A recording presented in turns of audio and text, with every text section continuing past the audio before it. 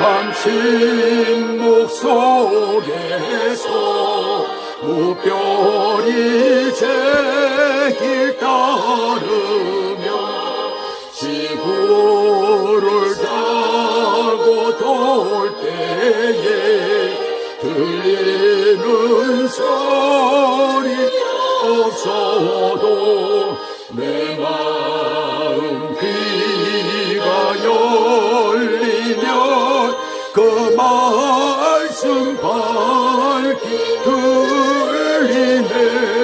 우리를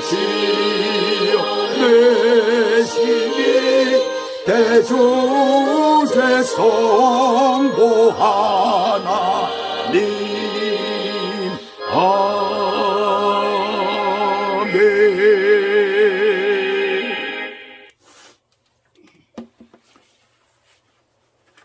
자, 오늘 하나님의 말씀은 창세기 9장 1절에서부터 7절의 내용입니다. 창세기 9장 1절에서부터 7절 내용, 제목은 새 역사의 주인공에게 주신 축복과 경계할 것들. 좀 제목이 좀 길죠. 이 소설이나 영화, TV 드라마 혹은 연극 같은 것을 보게 되면 작품도 중요하지만 그것에 나오는 주인공들에 따라서 작품의 성패가 달려있는 것을 이렇게 보게 됩니다. 그래서 영화, TV, 드라마나 또 이런 데 보면은 어떤 배우가 거기에 나오느냐에 따라서 관객이 많이 들기도 하고 또 얼마 동안 상영을 할 것지도 결정이 되고 뭐 그런 경우가 많아요. 그래서 작품도 중요하지만 거기에 출연하는 배우들도 굉장히 중요하다는 얘기죠. 어쩌다 이제 신인 배우가 발탁이 돼가지고 그 드라마나 또는 영화에 나와가지고 아주 크게 히트를 치는 경우가 있죠. 그러면 그 배우에게는 정말 일생에 단 한 번 있을 법한, 평생 누구에게도 그렇게 오지 않은 그런 꿈 같은 일들이 벌어지게 됩니다. 완전히 스타덤에 오르게 되는 거죠. 이제껏 하나님께서는 노아를 주인공으로 삼으셨어요. 당연히 노아는 의인이었기 때문에 그와 그의 식구들까지도 모두 다 구원을 시키셨습니다. 그런데 홍수가 끝나고 하나님 앞에 번제를 드리고 난 이후에 드디어 그 아들들이 모습을 드러내게 됩니다. 언제까지 아버지 노아가 주인공이 될 수는 없죠. 사람은 언젠가는 죽으니까 그렇습니다. 이제 세대 기초가 되는 거예요. 이렇게 되면 무엇이 필요할까요? 아들들이 자식을 낳고 그 자식들이 또 자식을 낳고 이렇게 계속 이어지게 되는데 그들에게 가장 중요한 것이 무엇일까요? 질서라는 것입니다. 그 다음에 어떤 힘이 있어야 된다는 얘기예요. 어떤 권세가 있어야 된다는 것입니다. 한마디로 얘기를 하면 리더십이라고 얘기를 할 수가 있죠. 그래서 1절을 보시면 하나님이 노아와 그 아들들에게 복을 주시며 라고 말씀을 합니다. 우리는 세상에 복이라고 하면 돈 복이나 무슨 자식 복이나 이런 복을 얘기를 하는데 여기에서 말씀하고 있는 것은 하나님 복입니다. 우리가 성경을 가만히 보게 되면 우리에게 오는 가장 큰 복이 무엇일까요? 하나님 복이에요. 복을 주시며 라고 했어요. 다 복을 주시며. 여기서 하나님 엘로힘이라는 명칭이 사용이 됩니다. 어떤 사건에 절대적인 하나님의 능력이 필요할 때에는 꼭 반드시 엘로힘, 하나님이라는 단어가 등장을 해요. 우리가 부르기를 주저하는 유대인들은 아예 이 단어를 사용 안 하죠. 여호와라는 단어입니다. 하나님이 가지신 유일한 고유 명사이며 하나님의 자존성을 강조하는 그런 단어예요. 그래서 택한 백성과 언약을 맺을 때 혹은 그 자신을 나타내실 때에 또는 혹은 한없는 자비를 베푸시는 하나님을 강조할 때 여호와라는 이름이 사용이 되었어요. 반면에 능력으로 이 세상을 창조하실 때는 여호와가 아닌 엘로힘, 하나님이라는 단어를 사용했던 것을 우리가 성경 가운데서 발견합니다. 그래서 성경을 자세히 보면 전부 다 그렇게 되어 있다는 것을 우리가 먼저 배웠었죠. 그래서 창세기 1장 1절에 보시면 태초에 하나님이 천지를 창조하시니라 그러는데 그 1장 전체에 하나님이라는 그 단어가 무려 31번이나 나오고 있다는 것은 바로 그것은 무엇을 얘기를 하냐면 온 천지를 모두 다 하나님께서 직접 만드셨다. 그 능력으로 만드셨다는 것을 강조하고 있는 것이고, 또 한 가지는 소유권과 통치권을 증명하는 것이에요. 그 하나님께서 새롭게 출발하는 노아와 그 아들들에게 복을 주신 것입니다. 구원받은 자들, 그들은 방주를 통하여서 구원을 받았잖아요. 구원받은 자들에게 주시는 그런 복이에요. 지금 보시면은. 어쩌면 우리 모두는 믿는 자건 믿지 않는 자건 이미 그 조상이 되는 노아가 방주를 통해서 구원을 받았다는 얘기입니다. 구원의 자식들의 누구나가 믿지 않은 자들이라도 그렇다는 얘기입니다. 지금. 그렇지 않겠어요? 생각을 한번 해봐. 그 자손들인데. 그래서 다 예수 믿고 구원 받아야 되는 거예요. 노아의 아들도 이제 가정을 이루기 때문에 이제는 독립해서 자기의 삶을 살아야 하기 때문에 각각에게 복을 주신 것이에요. 하나님께서는 그 부모가 어떠한 삶을 살았던, 그가 의인이었던, 그가 죄인의 삶을 살았던 간에 관계없이 그 자녀들의 삶을 하나하나 축복하신다는 사실을 믿으시기 바랍니다. 이 복은 어떤 복입니까? 하나님 품 안에 있는 복이에요. 하나님 품 안에 있는 복이에요. 자, 살아계실 때는 관심이 없다가 부모님이 돌아가시게 되면 어떻습니까? 허전해져요. 이것이 바로 부모님이 계신 것에 대한 복입니다. 제가 이 나이가 되었어도 지금도 부모님이 살아계셨으면 하는 생각이 들어요. 이제 부모님이 살아계시면 연세가 많아가지고 뒤치다거리 나야 되고, 뭐 사실 요즘 세상 사람들이 얘기를 하는 대로 현실적으로 생각을 한다면 아무 이득이 될 게 없죠. 그런데도 부모님이 존재하셨으면 하는 그런 마음이 있어요. 부모님 없이 자란 사람들에게 한번 물어보세요. 당신이 가장 원하는 것이 무엇입니까? 라고 물어보면 부모님 중에 어느 한 분이라도 지금 계셨으면 나는 그거 이상 기쁠 것이 없다라고 이렇게 얘기를 합니다. 고아들에게 물어보면 다 누구나 그렇게 얘기를 해요. 하나님은 믿는 자에게는 바로 그런 분이십니다. 하나님이 함께 하신다는 자체가 엄청난 축복이 되는 것이에요. 그래서 시편 3편 8절은 구원은 여호와께 있사오니 주의 복을 백성에게 내리소서라고 말씀합니다. 구원은 하나님이 주신 복이라는 것이에요. 그 하나님은 우리와 함께 계시잖아요. 그러니 복이죠, 하나님. 그래서 1절 중반부터 보시면 구원받은 그들에게 또 하나의 지금 복을 주십니다. 첫 번째 복은 뭐라고 그러세요? 하나님이 함께 계시는 복입니다. 그 다음에 두 번째 복은 뭘까요? 인류 최초의 사람인 아담에게 주신 복과 똑같은 복을 여기 주시고 계세요. 생육과 번성과 충만의 복입니다. 생육은 뭐예요? 열매 맺는 것을 말하죠. 식물로 얘기를 하면. 번성은 뭐예요?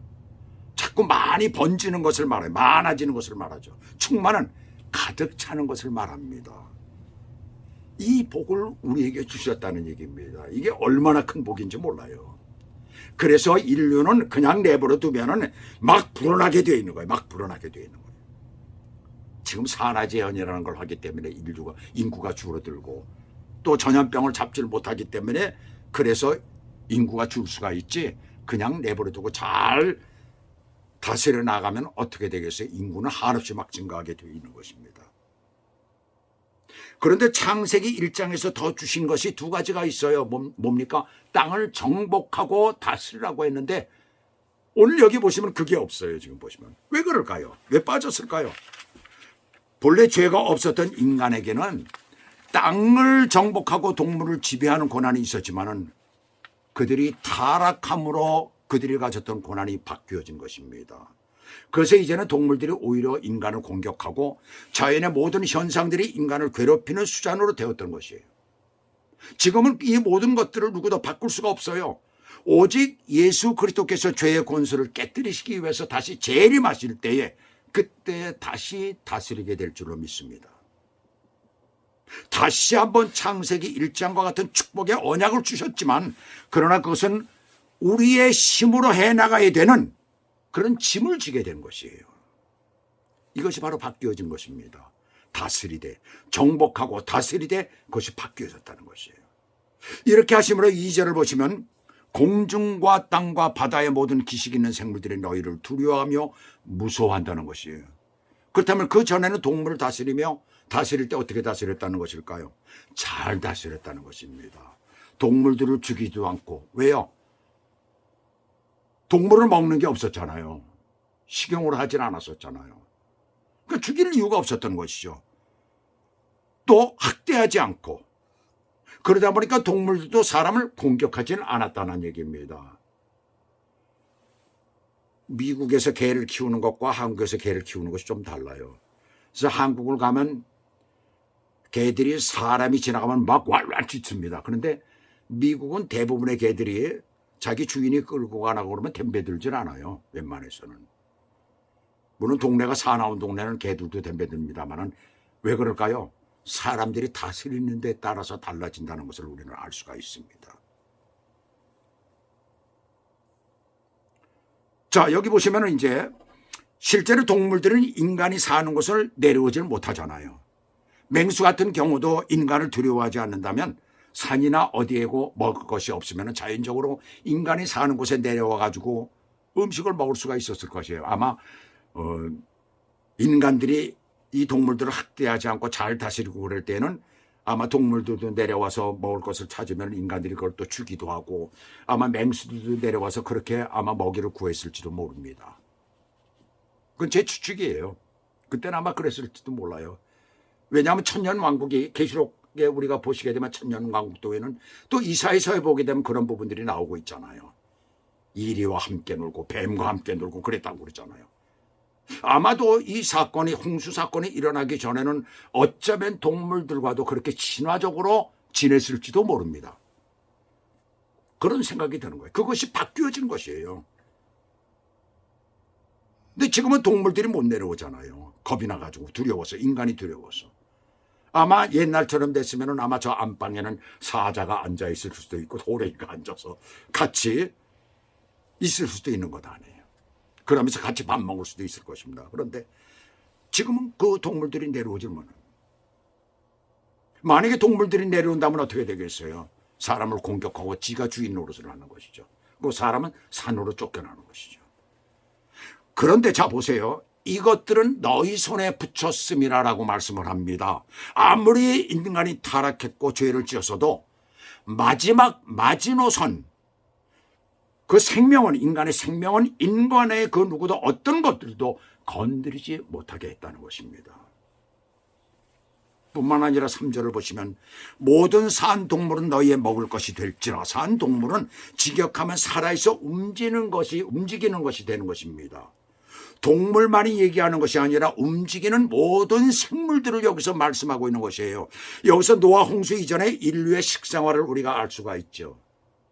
그때 당시에 왜 사람들이 오래 살았나라는 것을 알 수가 있습니다. 물론 하나님께서 오래 살게 하셨지만 그게 첫 번째가 되지만 그 다음에 그때 당시에 그 생활상을 볼 때면 뭐다 식물을 먹었다는 얘기입니다. 그리고 또 뭐가 있었어요? 그 환경이 달랐다는 것을 알 수가 있어요. 그래서 그렇게 900세 이상을 살 수가 있었던 것입니다. 오늘날 그것을 과학자들이 그 증거들을 찾아내어 발표하고 있는데 성경은 이미 다 말씀하고 있어요. 그러니 얼마나 성경이 확실하고 권위적인 것을 우리는 알 수가 있죠. 그래서 이 성경은 우리는 날마다 증거를 해야 되는 거예요. 그 다음에 보시면 그러나 축복과 함께 경계해야 할 것들을 여기서 말씀합니다. 그러나는 아크라는 말인데 앞서 나오면 육식을 허락하셨지만은 그 육식을 제한하기 위해서 나온 말입니다. 다음에 나오는 내용들을 잘 지킬 경우 해당이 된다는 거지요. 다 먹도록 허락하신다는 것입니다. 고기를 생명되는 피채 먹지 말라. 직역하면은 고기를 그것의 피 안에서라는 말이 되는 것입니다. 그러니까 피가 고기 안에 있다는 것을 부각시키기 위한 표현이에요. 생명되는 피를 강조하기 위해서예요. 그래서 우리가 고기를 먹을 때 피를 빼서 먹잖아요. 물에다가 이렇게 놓아가지고 피를 빼가지고 그래가지고 먹어야 또 고기도 맛이 있어요. 근데 그렇지 않고 피째 먹으면 고기가 맛이 없습니다. 그 피를 빼서 먹으라는 거예요. 피를 먹지 말라는 것입니다. 그것이 비록 짐승일지라도 그렇다면 인간의 피는 어떻느냐? 인간의 피도 흘리지 말라는 것이에요. 되도록이면 살인하지 말라는 것입니다. 한마디로 여기서 말씀하고 있는 거예요. 절대로 인간의 피를. 그런데 지금 현재 지구상에 얼마나 많은 살인들을 합니까? 이 미국에서 매일같이 하루도 거르지 않고 지금 살인사건이 일어나고 있습니다. 얼마나 많은 지금 총기 사건이 일어나는지 모릅니다. 또 전쟁으로 수많은 사람들이 지금 죽어가고 있잖아요. 우크라 전쟁 한번 보세요. 범죄자들이 그 범죄자들입니다. 하나님 앞에서 피를 흘리지 말라는 거예요. 하나님께서 피를 금하신 것을, 피 먹는 것을 금하신 것은 피는 생명 유지에 꼭 필요한 것이고 하나님이 만드신 것이라는 얘기입니다. 그 생명은. 그리고 생명 자체이기 때문에 그렇습니다. 실제로 피가 혈관을 통해서 산소와 영양분을 우리에게 공급한다는 것은 우리가 너무나 잘 알지요. 또 인체가 질병으로부터 감염되는 것을 막아주는 면역 역할을 한다는 얘기예요. 면역 작용도 한다는 것입니다. 저 같은 경우도 정기적으로 피 검사를 하는데 작년 초에는 이상하게 엉덩이와 허벅지 부분이 아프더라고요. 그래서 무슨 멍이 들었나 하고 아무리 살펴봐도 멍든 데도 없어요. 근데 이상하게 아파요. 그래서 이게 뼛속이 아프구나. 처음엔 뼛속이 아픈지도 몰랐어요. 조금 둔해서 그런지. 근데 가만히 보니까 뼛속이 아픈 것 같아요. 이게 도대체 뭐지? 그래서 피 검사를 정기적으로 하니까 닥터한테 갔더니 그런 얘기를 했죠. 그런 얘기를 했더니 피 검사를 한 후 한 3일 됐는데 상당히 빠르게 연락이 온 거예요.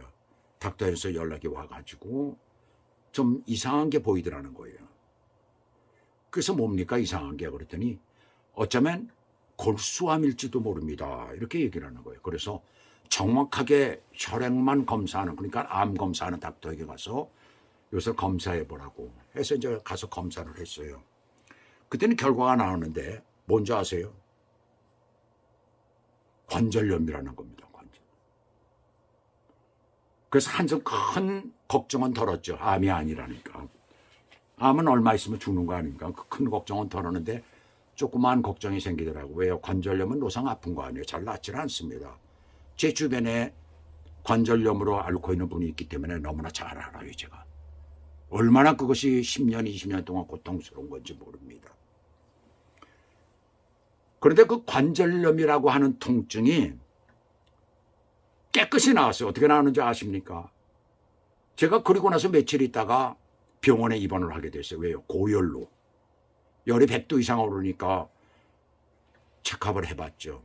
도대체 이게 왜 열이 오르는가? 혹시나 코로나가 걸린 것이 아닌가? 그랬더니 네거티브, 음성으로 나오는 거예요. 그 3번을 무리했어요, 검사를. 근데도 계속 음성으로 나오면서 해열제를 먹어도 열이 떨어지지 않고 계속 열이 고열이 계속되는 것입니다. 이거 이상하구나. 그래가지고 즉시 응급실로 들어갔더니 그랬더니 응급실에서 얼른 입원을 시켜버리더라고요. 그러면서 하는 얘기가 혈액 속에 박테리아가 들어갔습니다. 왜 박테리아가 들어갔을까요? 바로 그 전에, 또 며칠 전에 이 방광에 물혹이 있다고 그래가지고 비뇨기과를 갔었어요. 그래서 비뇨기과에 가가지고 물혹을 검사를 하고 그 물혹을 없앤다고. 그거 사실 별거 아닌 거더라고요. 보니까 물혹이라는 게 그거 뭐 고치지 않아도 되는데 모르니까 가서 이제 그걸 봤더니 물혹이 있어가지고 의사가 그것을 물혹을 없앤다고 하는 와중에, 치료를 하는 과정에 아마 제가 보기에 그때 박테리아가 들어간 것이 아닌가. 피 속에 박테리아가 들어가서 그것을 없애는데 3박 4일 동안 있으면서 치료를 하는데 항생제만 계속 투여를 하더라고요. 그래가지고 열이 깨끗이 없어져 버리고 말았어요. 깨끗이 나왔습니다. 그런데 그렇게 나오면서 뭐까지 나왔는 줄 아세요? 신기하게도 관절염이 깨끗이 나와버리고 말았어요. 아마 이 얘기를 혹시 의사가 되는 분이 듣는다면은 아마 참고를 해야 될 것 같아요. 관절염 치료에 참 굉장히 그 효과가 있구나라고 생각을 하시면 아마 좋은 그런 치료가 되지 않을까. 어쩌면 또 노벨상감이 될지도 모릅니다. 하여튼 그렇게 해가지고 깨끗이 지금 관절염이 나와버리고 말았습니다. 이렇게 피를 통하여 웬만한 질병들은 다 발견할 수가 있다고 해요. 그리고 피는 예수 그리스도의 구속의 피를 통하여 장차 인류를 구속하실 것을 미리 계획하신 하나님이시기 때문에 먹지 말 것이니라 라고 강하게 금지시키신 것입니다. 피는 과학적으로 의학적으로 판단하기에 앞서서 하나님의 주권에 속한 것이에요. 하나님의 형상대로 만든 인간의 생명을 말하는 것이고, 또 율법이 생기면서 피채 먹지 말라고 하신 것과 또 짐승을 죽여서 피로 제사를 드리도록 하신 것을 만약에 알고 있다면 누구도 그 피를 먹어서는 안 되는 것입니다. 생것으로 먹어서도 안 된다는 것을 우리는 여기서 알 수가 있지요. 그리고 계속해서 5절과 6절에서 사람이 피를 흘리는 것에 대해서 강한 경계의 말씀을 여기 하고 계십니다. 5절, 내가 반드시라고 해서 오늘은 외약하라는 말인데 하나님의 확고한 의지를 보여주고 있어요. 그러니까 피를 흘리는 자에 대한 복수를 하시겠다는 것입니다. 피를 흘리는 자에 대한 복수라는 사실. 왜 이렇게까지 하실까? 그것은 좀 전에도 말씀을 드렸지만 굉장히 중요한 것은 장차 구원의 근거가 되는 예수 그리스도의 보혈의 가치가 훼손되는 것을 막기 위한 것입니다. 보혈의 가치가 훼손되는 것을 막기 위한 것이에요. 그 생각을 한번 해보셨어요? 저는 이 말씀을 딱 보면서 그 생각 팍 들어요. 아, 그렇구나. 저도 사실 선지국을 좋아하는 사람이에요. 근데 이 말씀을 쭉 연구를 하면서, 이 말씀을 쭉 보면서, 아, 이제 선지국도 먹지 말아야 되겠다. 맛있잖아, 선지국이. 그것도 제 이름은 먹지 말아야 되겠다. 짐승의 피로 끓인 것 아니에요, 그게. 아, 그거 먹지 말아야 되겠다라는 그런 생각을 했습니다. 보혈의, 그리스도의 보혈의 가치가 훼손되는 것이기 때문에 그것을 막기 위해서 그런 거예요. 피 흘림을 막기 위해서 찾으리니 찾으시겠다는 거예요, 여기 보시면. 원어에는 에드로시라고 되어 있습니다. 심쓰다, 탐구하다라는 말이에요. 우리 성경에는 이 단어가 2번 나오는데 영어 성경을 제가 찾아봤어요. 또 원어를 찾아봤어요. 그랬더니 3번 나오더라고요. 왜 3번씩이나 나오게 했을까요? 왜 3번씩이나 나오게 했을까요? 하나님께서 철저하게 탐구하듯이 찾으시겠다는 것입니다. 그만큼 하나님께서는 말씀에 불순종하고 인간의 존엄성을 훼손한 자를 철저하게 보호하신다는 것이에요. 인간은 원래 존귀한 존재예요. 왜 그럴까요? 그것은 하나님의 형상대로 지으셨기 때문에 인간은 그렇게 존귀한 존재입니다. 그 존귀한 존재를 해치는 것을 하나님께서는 결코 달가워하지 않으신다는 사실을 우리가 여기서 깨달아야 되는 거예요. 그래서 사람 피 흘리게 하는 게 얼마나 큰 죄악인가를 다시 한번 알 수가 있는 것이죠. 마지막으로 7절은 너희는 그랬어요. 이 말씀은 그리고 너희들이라는 말이에요. 노아와 그 아들들, 다시 시작하는 새 인류들, 오늘날 우리들에게 주시는 말씀이기도 합니다. 당부의 말씀이에요.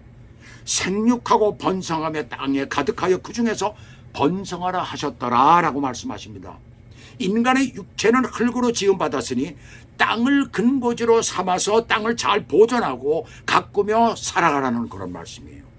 이 지구 이외에는 인간이 존재할 수 있는 것이 없다는 것입니다. 그것을 우리들 가운데 말씀하고 있는 것이에요. 이 땅만이, 우리가 존재하고 있는 이곳이 바로 하나님이 주신 것이기 때문에 여기에서 네가 잘 가꾸고 그렇게 살아가는 그런 말씀이에요. 그러므로 이 땅에서 우리가 하나님 앞에 존귀하다는 사실을 깨닫고 하나님 말씀에 절대 순종하며 생육하고 번성하며 사시는 저와 여러분 되시기를 주 예수 그리스도의 이름으로 축복합니다. 기도하시겠습니다. 하나님 아버지, 오늘 이 귀한 말씀을 통하여서 인류가 이 땅에서 전쟁을 하며 싸우며 피를 흘리며 하는 것이 얼마나 큰 죄악인가를 다시 한번 깨닫게 됩니다. 또한 이웃과 우리가 살아가면서 때로는 다투며 주먹질을 하고 피를 내는 것이 얼마나 큰 잘못인가를 다시 한번 깨닫게 됩니다. 우리가 알고도 또한 모르고도 먹는 그런 음식들 가운데 피로 인한 그러한 음식들은 절대로 삼가야 될 것을 다시 한번 깨닫게 됩니다. 하나님 아버지, 이 말씀 귀한 것 이 가운데서 하나님의 생명이 얼마나 귀하다는 것을, 인간의 생명이 얼마나 하나님의 생명의 우레 안에 들어와서 그것이 얼마나 귀하다는 것을 다시 한번 깨닫는다면 이 땅에 살아가는 동안에 하나님의 말씀에 순종하고 주님이 원하시는 대로 피를 흘리지 아니하고 빚제 먹지 아니하고 그리고 살아가는 믿음의 사람들이 될 수 있도록 은혜를 베풀어 주시옵소서. 저 어렵고 힘든 사람들 위에도 하나님 오늘도 함께해 주셔서 고통당하는 사람들에게 위로를 주시고 또한 환난을 통하여서 어려움을 당하는 자들에게 다시 일어설 수 있는 용기를 하나님이 허락해 주시옵소서. 예수 그리스도 이름으로 감사하며 기도 올리옵나이다. 아멘.